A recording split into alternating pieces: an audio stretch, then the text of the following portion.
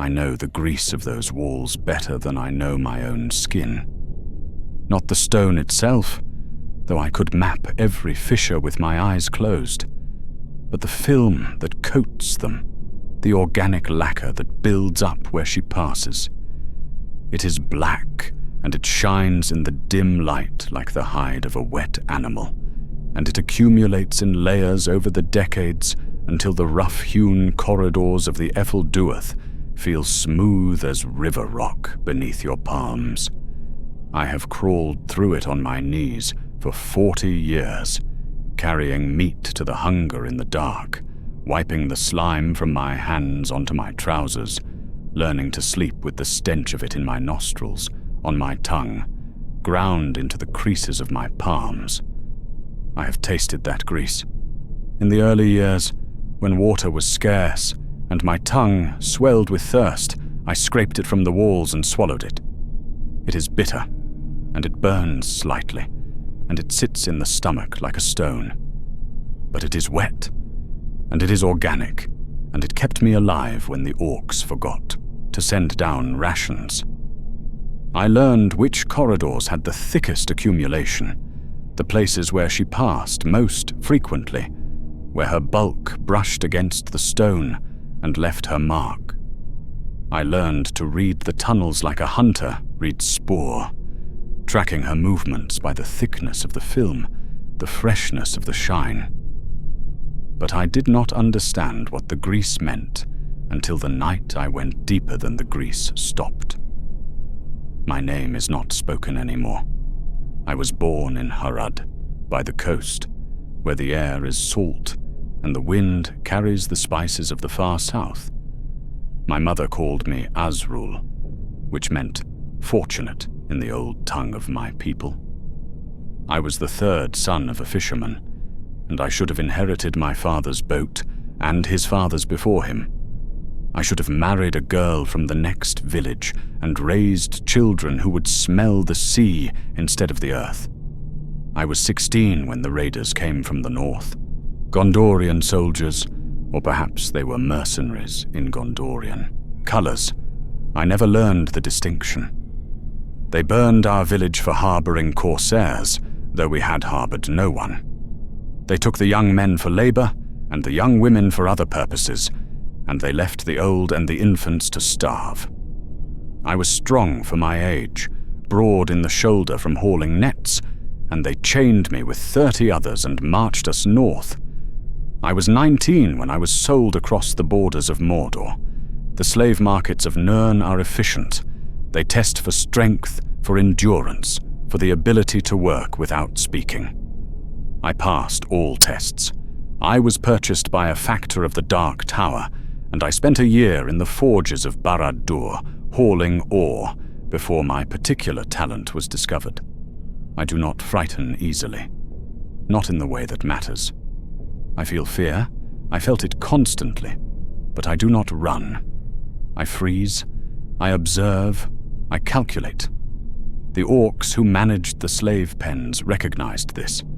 They had use for men who could walk into dark places without screaming. I was 20 when they tested 3 of us boys to see who could walk into the tunnel without screaming. The other 2 were from different stock, one from Khand, one from the eastern steppes. They were brave in the way of warriors, the way that meets danger with action. They drew knives they had hidden. They tried to fight. They ran when they saw her bulk in the lamplight, and the orcs caught them at the tunnel mouth and threw them back in as fodder.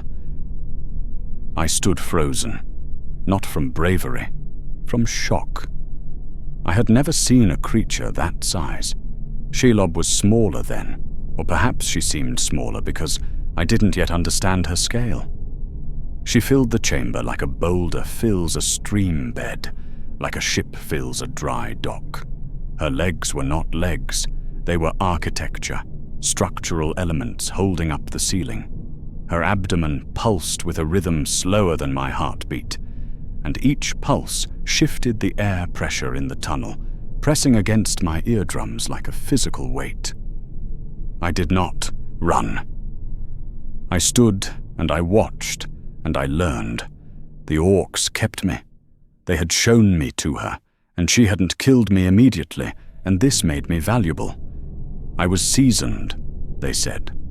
I had the smell of the tunnel on me, the grease in my pores, and she would tolerate my presence in a way she would not tolerate theirs. That was 40 years ago. The orcs called me the Tender, or the Keeper, or, in their snarling dialect, the Meat Man. I was not a soldier. I was not a slave in the traditional sense. I was infrastructure. I oiled the hinges of the iron doors that sealed the tunnel. I cleared the blockages where the passageway narrowed. I maintained the garden, which was their jesting name for the ossuary, where the indigestibles accumulated. The armor, the belt buckles, the skulls that she cracked to suck the marrow but did not consume. I learned to arrange these remains in piles that would not obstruct the airflow. I learned which bones she preferred to crack for the marrow, femurs, primarily, and the heavy skulls of dwarves if they could be found. I learned to stack the ribs like cordwood, creating walls that directed the movement of air through the tunnel, ensuring that the torches the orcs occasionally used would not gutter and leave us in absolute dark. I learned the cisterns. There were 3, fed by rainwater that seeped through cracks in the mountain's skin. The water was bitter, mineral-heavy, but it sustained life. I maintained the filters, layers of charcoal and sand that I replaced every season, scavenging materials from the refuse of the tower above. Without me, the orcs would have had to descend themselves, and they would not. They feared her more than they feared thirst, and I fed her. 3 times each moon cycle, I dragged the offerings down. Sometimes it was orcs who had displeased the captains of the tower, thieves, cowards, those who had failed in some minor duty. The orcs were not sentimental about their own. They would bind the victims, hands and feet, gag them so their screams would not echo up the ventilation shafts and disturb the garrison, and deliver them to the iron door at the tunnel's mouth. Sometimes it was prisoners taken on the borders of Ithilien, rangers, wanderers, fools who had strayed too close to the pass. These were more difficult. They spoke, they begged, they offered information or bribes, or simply wept for mothers who would never know their fate. I learned not to listen. I learned to bind them quickly, efficiently, to stake them in the designated place without meeting their eyes. The designated place was the wide chamber 300 yards down, where the tunnel opened into her domain. It was roughly circular, perhaps 40 feet across, with a ceiling that vanished into darkness above. The floor was smooth as polished marble from decades of her passing, her bulk grinding against the stone until it achieved this glassy finish. I would drag the offerings there, or carry them if they were small enough, or drive them before me with a pointed stick if they could walk. I would stake them there, or bind them there, or simply cut their hamstrings so they could crawl but not run. Then I would retreat, walking backward, never turning my back, counting my steps until I reached the iron door. 147 steps on average, though the distance seemed to vary with my fear. Sometimes it was 160. Sometimes, on nights when she was active, and the tunnel seemed to breathe with her movement, it was 200. I would seal the door, I would slide the bolts, 3 of them, each as thick as my wrist, pitted with rust, but still functional, and I would wait. Sometimes I heard the wet sounds immediately, the impact of her body striking the stone, the hiss of satisfaction, the wet tearing that followed. Sometimes I heard the victim sob for hours before she stirred. She liked them afraid. She would let them exhaust themselves in panic, let the chemicals of terror saturate their meat before she fed. I learned to recognize the stages of her hunting, the silence of observation, the vibration of approach, the sudden stillness before the strike. Sometimes, when she was sated, when she slept the long sleep of spiders, I would come back the next day to find them still alive, webbed to the wall, dehydrated and mad, waiting for her hunger to return. These were the worst. I was supposed to dispatch them, to end their suffering, but I had no weapon that could penetrate her webbing, and she did not like her larder disturbed. I would leave them there, listening to their whimpers fade over days, until she finally woke and finished what she had started. That was my life. That was my kingdom. I knew the temperature shifts that presaged her movement. She generated heat, massive amounts of it, and her approach could be felt as a warming of the air, a sudden humidity that made the grease on the walls run in rivulets. I knew the vibration patterns in the rock. 3 light taps meant she was hunting, exploring the boundaries of her domain. 2 heavy thuds meant she was dragging a kill back to her nest. A continuous shudder, like a sustained note on a cello, meant she was grooming herself, cleaning her palps, rubbing her legs together in satisfaction. I was the foremost expert on the biology of the great spider in all of Mordor. I had survived 30 years longer than my predecessor, who had made the mistake of carrying a torch too close to her egg sac. I had survived longer than any keeper before me, and I was valued precisely because I had learned to read her moods, to anticipate her needs, to become invisible in her presence. I believed I understood the hierarchy of the dark. I believed that Shelob was the apex, the queen, the terror that made the tower of Cirith Ungol possible. I believed that the grease on the walls was her mark, her territory, the signature of dominion. I was wrong. The collapse happened during the dry season, when the heat from the mountain made the stone sweat and shift. It was not a large breach. Perhaps 6 feet of wall had given way in a lower passage, a maintenance corridor I used to access the deep cisterns where rainwater collected. The orcs ordered me to seal it. They would not go down themselves, of course. They feared the lower tunnels more than they feared the upper deep, where Shelob led. The upper deep had rules. The lower deep had other things. I took my tools and my bag of mortar, and I descended past the usual markers, past the garden, where the skulls of 40 years grinned at me in the lamplight, past the nest chamber, which stank of ammonia and silk, past the boundary stone that the orcs had carved with warnings in the black tongue, telling all who passed, "Here ends the safe path. Turn back or be devoured." I had never gone past that stone. No one had, and lived to speak of it. But the breach was below it, and the mortar had to be applied, or the cistern would flood, or the foundation would crack, and the tower above would feel it. So I went. The passage narrowed. The ceiling dropped until I was crawling on my belly, pushing the bag ahead of me. The grease continued at first. That familiar, glistening slime that I had wiped from my boots 10,000 times. But then, gradually, it stopped. The stone became dry. Not dry like the desert, but dry like bone, like something from which all moisture had been extracted by patient, thirsty absorption. The tunnel walls changed color, from the black-green of mold and ages to a gray-white, almost chalky. And the air grew warm, not the heat of magma. I knew that heat. I had felt the breath of Orodruin when the wind turned sour. This was different. This was body heat. The heat of metabolism, of digestion, of life processes so massive that they generated their own climate. I reached the breach. It was small, just as reported, a crack in the masonry where the ancient mortar had failed. I began to work. I mixed my sealant with water from my skin.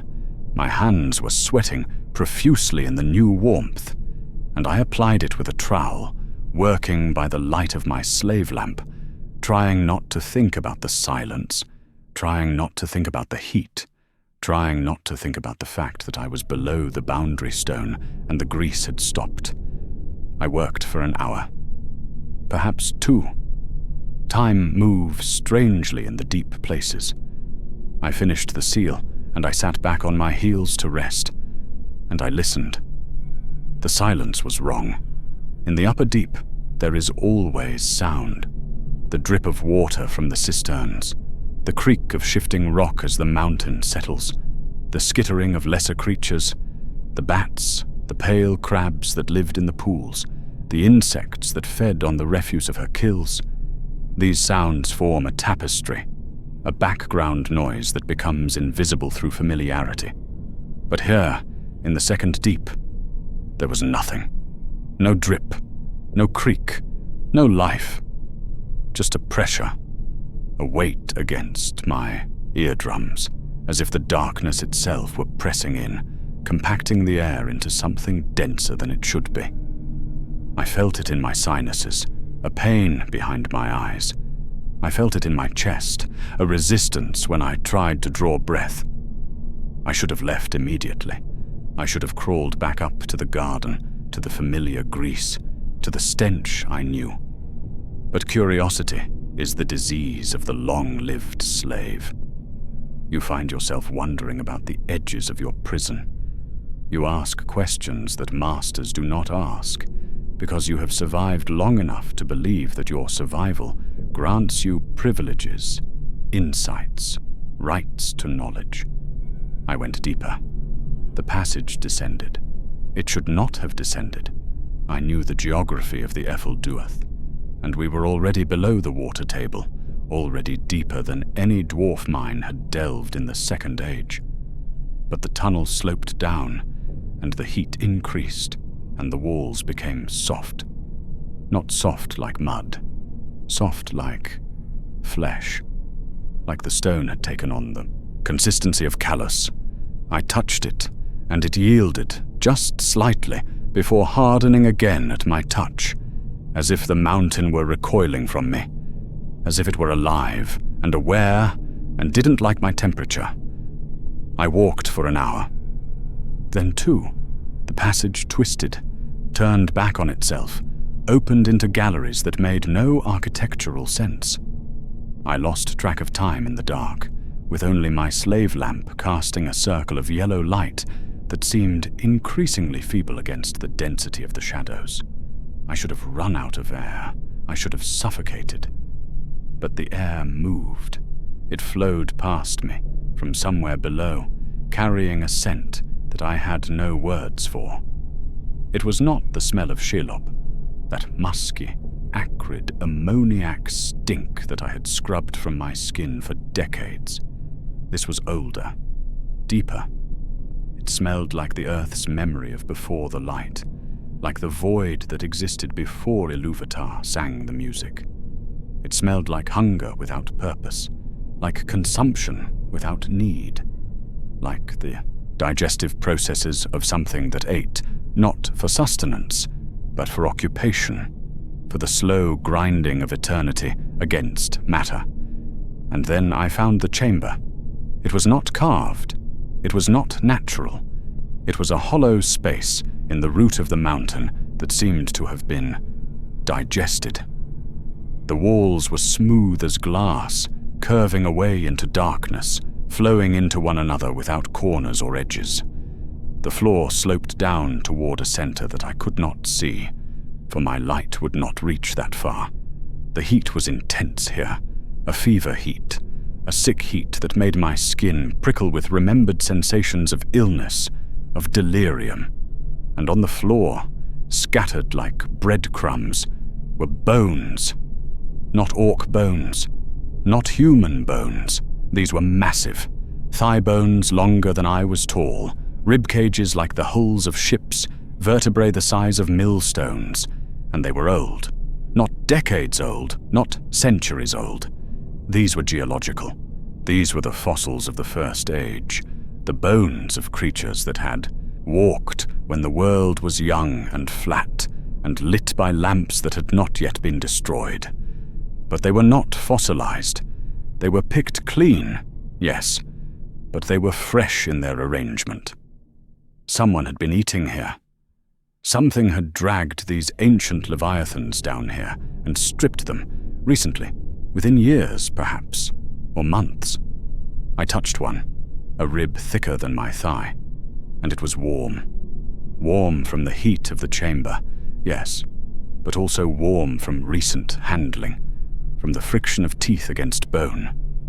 I stood in the center of that chamber, and I turned off my lamp. I do not know why I did it. Perhaps I did not want to see. Perhaps I knew, instinctively, that if there was something here that hunted by light, if there was something worse than Shelob, then my lamp was a beacon, a declaration of presence, a challenge. I stood in absolute blackness, and I listened. At first, there was nothing, just my own heartbeat, hammering against my ribs, and the sound of my breath, ragged and too loud in the silence. Then, I heard the breathing. It was not lungs. It was not the bellows breath of Shelob, nor the rasping of orcs, nor anything I had a name for.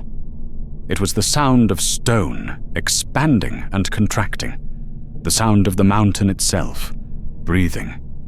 A slow tidal rhythm, in and out, with a cadence so slow that a single breath took minutes, and with each exhalation, the heat increased. With each inhalation, the air grew thin, and I felt my own breathing become difficult, as if the chamber were stealing my air to fuel its own respiration. And beneath that rhythm, I heard something else. A scratching. Not the skittering of spider legs on stone, but a grinding. The sound of teeth on rock. The sound of consumption, of digestion, of matter being broken down into smaller matter with patient, eternal persistence. I turned my lamp back on. The flame was blue, not yellow, burning low in the oxygen-poor air. I ran. I crawled up through the passage, scraping my belly on the dry stone, not caring that my knees were bleeding, not caring that I was leaving a trail of blood like a wounded animal, not caring about anything but the need to be above, to be in the grease, to be in the stink I knew, rather than the silence I didn't. I reached the breach, sealed though it was, and I clawed my way up the maintenance shaft, back to the garden, back to the ossuary, back to the grease and the stink and the familiar horror of her domain. I slammed the iron door behind me. I slid the bolts.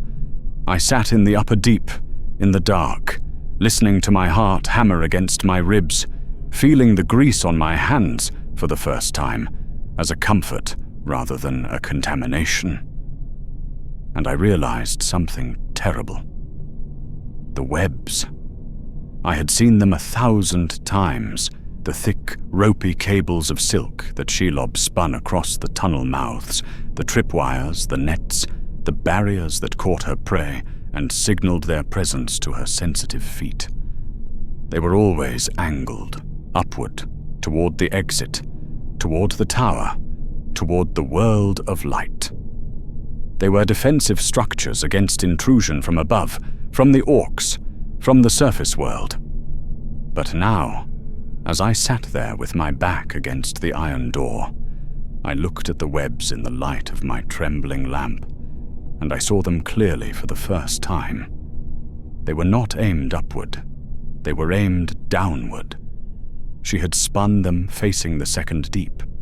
She had woven them in layers, thick and heavy, denser than any I'd seen before, creating a barrier that sealed the lower passage from above.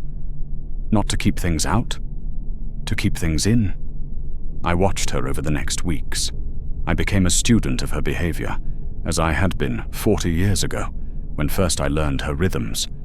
But now I watched, not for safety, but for terror, for confirmation of a hypothesis I desperately wanted to disprove. She would not descend past the garden. Not anymore. I saw her approach the boundary stone, the one with the warnings, and stop.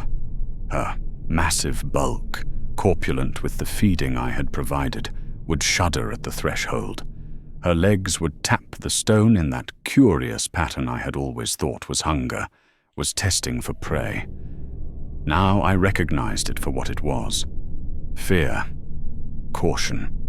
The hesitation of a predator who has learned that she is not the apex. She was listening, testing, feeling the vibrations from below. And when the breathing came, the slow, geological inhalation of the deep that I could feel even at this distance, through the stone, through the air, she would retreat. She would scuttle backward up the tunnel, faster than I had ever seen her move, and she would not return to that region for days. She began to kill differently. Before, she had been a connoisseur of fear. She played with her food. She let the meat walk deep into her domain, savoring the terror, the chemical taste of adrenaline in the blood, the despair that saturated the flesh and made it sweeter. Now, she struck at the entrance. She webbed victims at the tunnel mouth, near the tower, never letting them walk deep. She piled the bodies there in heaps, creating a wall of carcasses, of bone and armor and desiccated flesh that rose chest-high and stretched across the corridor. The orcs cursed her for it. The smell brought flies, the blockage prevented them from using the lower storehouses. The sight of it demoralized the troops. But she would not let them clear it. If they tried, she attacked them with a fury that was desperate, not predatory, driving them back with bites that killed rather than paralyzed, consuming their flesh immediately rather than saving them for later. She was building a barricade, a fortress wall of dead flesh to seal the lower tunnel. She was feeding something, yes, but not herself. She was feeding the barrier. She was creating a plug of organic matter, of bone and armor and desiccated tissue that would slow what came from below. I understood then. I understood the grease, and the 40 years, and my own complicity in a system I had never questioned. I had thought I was feeding her. I had thought I was the provider, the steward, the necessary hand that kept the monster alive and manageable. But I had been feeding the chain, the ecosystem. I had been dragging meat down into a pipeline that did not end with her, that passed through her like a valve, like a checkpoint, like a toll booth on the road to somewhere deeper. She was not the apex predator. She was the cork in the bottle. And I had been oiling her, keeping her fat and happy and in place, while below her, in the third deep, in the roots of the earth, something else grew hungry. Something that had been there before Sauron, before Morgoth, before the music itself. Something that the nameless things were merely the surface expression of, like the skin of an apple is the surface of the rot within. I stopped feeding her. It was not a decision made in courage. It was made in the paralysis of ultimate fear, the kind of fear that freezes the limbs and stops the breath. I could not descend again. I could not pass the boundary stone. I could not look into the second deep and risk seeing what I had seen: the digesting walls, the breathing stone, the bones of ancient things arranged like cutlery after a meal. I barred the iron door. I piled the ossuary against it, the skulls, the femurs, the debris of 40 years that I had so carefully arranged for airflow and aesthetics. I built my own barricade, my own wall of bone, sealing the passage not to keep her in, but to keep me out, to prevent myself from sleepwalking down there in some fevered dream, drawn by the heat and the breathing and the terrible curiosity that had already cost me my sanity. The orcs came to me, weeks later, when the tower was stirring with news of war, when the eye was searching, when the Dark Lord needed every passage clear and every asset deployed. They ordered me to clear the blockage. They ordered me to feed her, to keep her sated, to ensure she did not wander up into the tower itself in her hunger. I refused. I told them there was a collapse in the deep that had poisoned the cistern. I told them she was molting and must not be disturbed, and would kill anything that entered her domain. I told them the tunnel was compromised, unsafe, ready to fall. I lied with the desperation of a man who knows that the truth sounds like madness, that the truth would get him killed not for disobedience, but for the crime of knowing too much. They beat me. They broke 2 of my fingers, the ones I used to mix mortar, and they left me bleeding against the wall of the upper deep, and I listened as they argued above, their voices echoing down the ventilation shafts in the language I had learned to understand, but never to speak. Shelob grew hungry. I heard her raging in the dark below. Not hunting, raging. She tore through the blocked passages, shredding the web walls I had watched her build with such desperate care, destroying her own defenses in her desperation to find food. She climbed up to the tower itself, I was told later by Shagrat himself. She attacked the orcs at the gate, not for sport, but for sustenance. She was starving, and in her starvation, she became reckless, dangerous, impossible to control. I hid in a crevice barely wider than my shoulders, high in the wall of the upper deep, and I waited. I do not know what happened in the weeks that followed. I know that the war came. I know that the tower fell.